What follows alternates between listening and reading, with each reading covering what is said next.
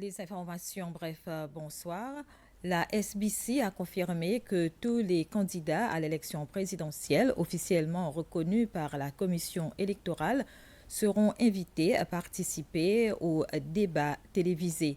Cette décision fait suite à une lettre reçue le 2 septembre 2025 dans laquelle le président Wavell Ramkalawan avait posé comme condition à sa participation que seuls les prétendants bénéficiant du soutien de 26 candidats aux législatives puissent participer.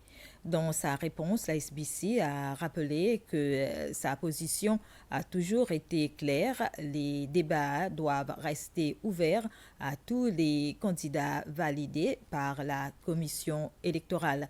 Cette approche garantit impartialité et équité conformément à la Constitution et à la loi électorale, a souligné la SBC, précisant qu'aucune disposition légale n'exige un lien obligatoire entre une candidature présidentielle et la présence des candidats aux élections législatives. Et les autres candidats présidentiels ont également donné leur réaction. Alain Saint-Ange, candidat de l'Alliance Nouveau-Cécile, a dit qu'en 2020, son parti One Seychelles n'avait pas de candidat pour l'ensemble des districts, mais que le président Ramkalawan avait participé au débat. Le candidat indépendant, Kisna Louise, a dit que la Constitution donne les mêmes droits aux candidats indépendants. Charles de Clarisse a dit qu'il a été qualifié comme candidat indépendant et cela lui donne les mêmes droits que les autres candidats. Alvocet a exprimé son regret au choix du président de ne pas participer en estimant que M. Ramkalawan fera face à de nombreuses questions qu'il ne pourrait pas répondre. Quant au candidat du parti SDNM, Robert Moumou, les dirigeants du parti United Seychelles, Patrick Amini, et les dirigeants de SUM, Marco Francis, ils ont invité le président Ramkalawan à se présenter au débat afin de défendre ce politique pour les 5 dernières années. Les Seychelles se préparent à tourner la page du chèque au profit des paiements numériques. Un forum réunissant ce mardi des experts de Visa International, des représentants du secteur bancaire et des chefs d'entreprise s'est tenu à l'hôtel Eden Bleu. L'objectif était de réfléchir à la transition des paiements par chèque vers des solutions numériques innovantes adaptées aux besoins des entreprises. En janvier 2027, les chèques pour les entreprises ne seront plus acceptés dans le pays. Les entreprises et le secteur bancaire réfléchissent à quelles méthodes de paiement pourraient être mises en place pour continuer leurs transactions sans que cela n'affecte leurs opérations.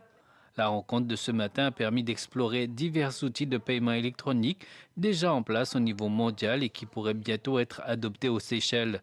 Les experts de Visa pour la région de l'océan Indien et Djibouti ont présenté plusieurs produits conçus pour simplifier et sécuriser les transactions commerciales. Christophe Edmond, vice-président de l'Association des banques, a rappelé que ce type d'initiative vise à anticiper l'évolution du secteur financier et à doter les entreprises locales de moyens de paiement modernes, rapides et sûrs.